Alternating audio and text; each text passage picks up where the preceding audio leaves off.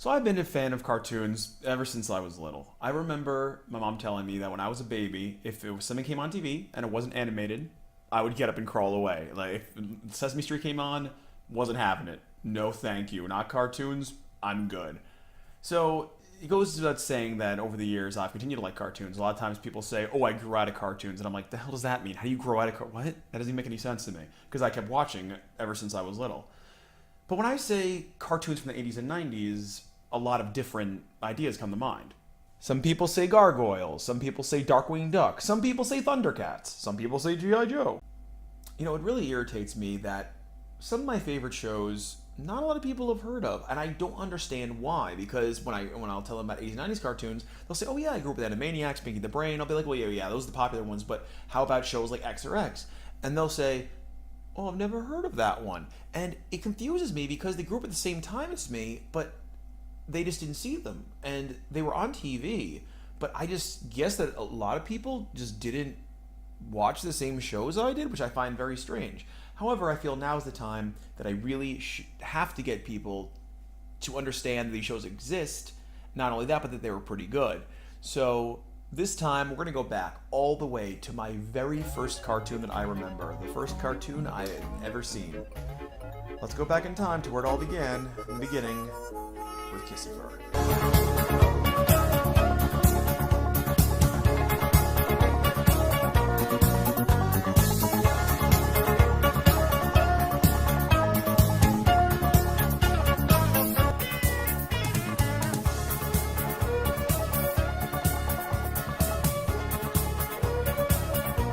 Even just watching this opening just takes me right into nostalgia. It's like I remember being like 3 years old and this show coming on, and I remember this show.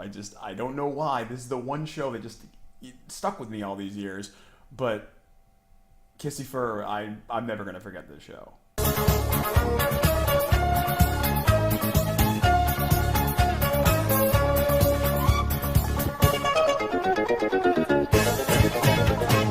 If you couldn't gather what the series was about from that little intro, it's about a father bear and a kid bear that are in the circus, that their train crashes and then they end up living in the swamp.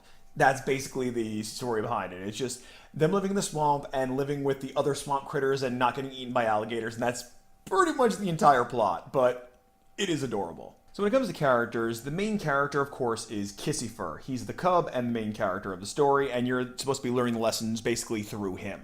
Gators got a hold of my paddle cab. Dad? It was my fault. Huh? Do tell. I wanted to be cool, so I took everybody for a ride. Oh, of course, normal bear problems. Then you have the father, Gus, who's, trying to get over the fact that his wife just died. Oh yeah, yep, she did.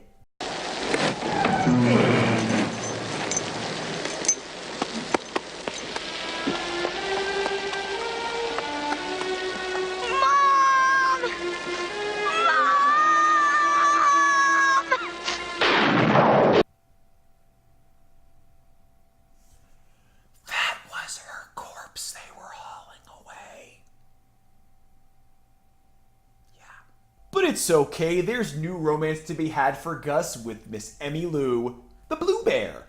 It's a good thing that, Gus showed up, because there were no other bears besides Miss Emmy Lou in the swamp, so it makes you wonder, who exactly was she gonna, pair up with? Was she gonna, go to other swamp meets, or meet other bears, or speaking of which, with Kissyfur, there are no other little bear cubs that hang around in the swamp.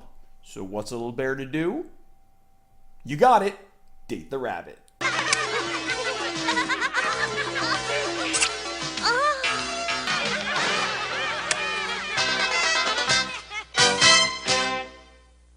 It's funny, now that I really think about it, there weren't a lot of with a lot of these anthropomorphic shows, there wasn't a whole lot of interspecies romance going on. I mean, there's quite a few now, but back in the 80s and 90s, they really didn't exist. So seeing a bear and a rabbit together was kind of, outside the box, which actually I think was pretty neat. I mean, but nowadays you got Shrek, Madagascar, Gumball, Regular Show. And don't get me wrong, I'm not saying there were none. There were a few sprinkled here and there, like Sonic and Sally were one.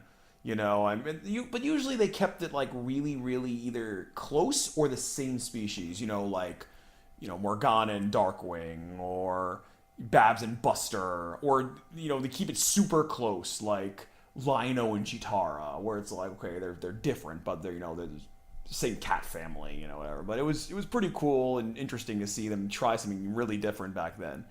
Also, I gotta say, her voice is kind of adorable. Huh? I have a surprise for you. A surprise? Yeah.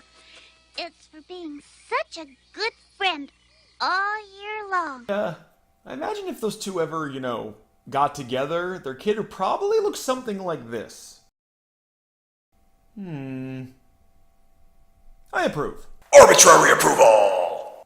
So then you have the baby beaver who had little baby talk. You have the pig that is a neat freak. Get it? He's a pig, but he's a neat freak!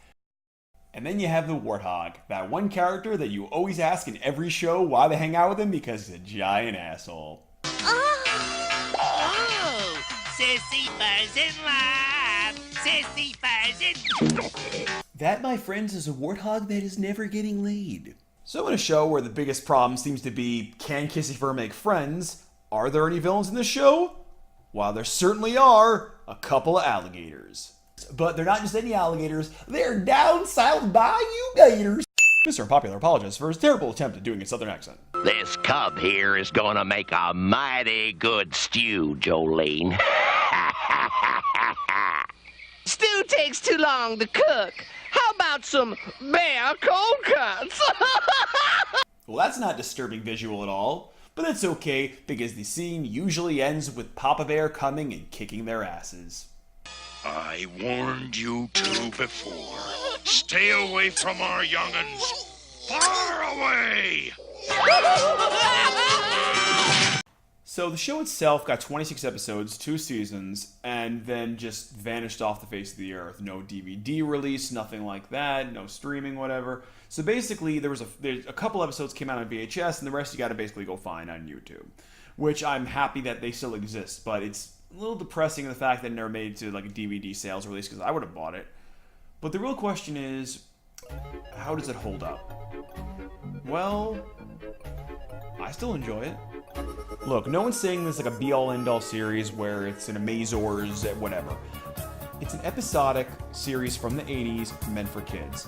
And honestly, it is still really adorable. There's nothing mean-spirited or nasty about it except for the gators who want to kill them, but that's kind of generic for, series at the time. It's a harmless, adorable show where a kid learns a lesson every week and he solves problems with his friends and they go on adventures. It's still good in my opinion. The animation's great, the music's great.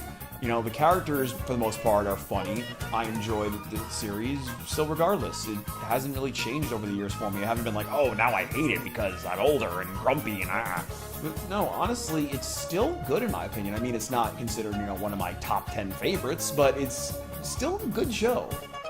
Now, I will say one thing that irritates me, and it's not about the show. So, when looking up the show, just for some additional research, like characters' names I forgot or messed up, I noticed one thing on the Wikipedia page from the reception area.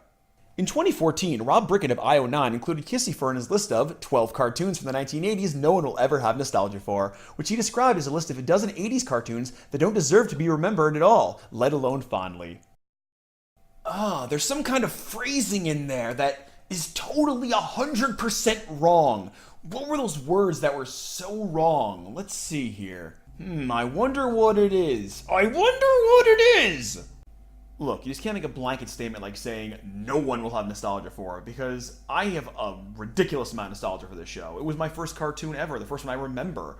I adore this show. I still think it's adorable. Yeah, I mean, you can go ahead and say, a lot of people will remember it. That's fine, but you can't say no one. I mean, I guess I don't count? Anyway, the point really wasn't so much to, take a job to this guy. It was more the fact that the only thing in reception it has on the Wikipedia page is that one guy's review. I mean, come on. So I guess it all boils down to this now. The score. Because, for me, when you review something, you gotta have a score. So, out of 10, where does it fall? Well, like I said before, the music and animation are fantastic. The voice acting gets a little weird with the baby talk of the beaver, but other than that, it's pretty much solid overall. There's no problems with the voice acting other than that I have. Some of the characters are annoying, but it's not too much to the detriment of the show. I can sit back and enjoy an episode and then come back a week later and watch another one. There's no rush. It's not like there's no overarching storyline.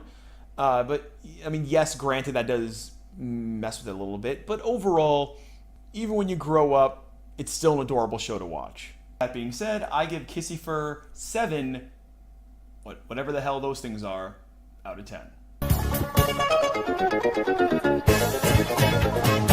Well, that'll do it for today's episode of Where's the Love? And if you like this episode, then feel free to comment in the comments below what show you'd like to see me do a take on.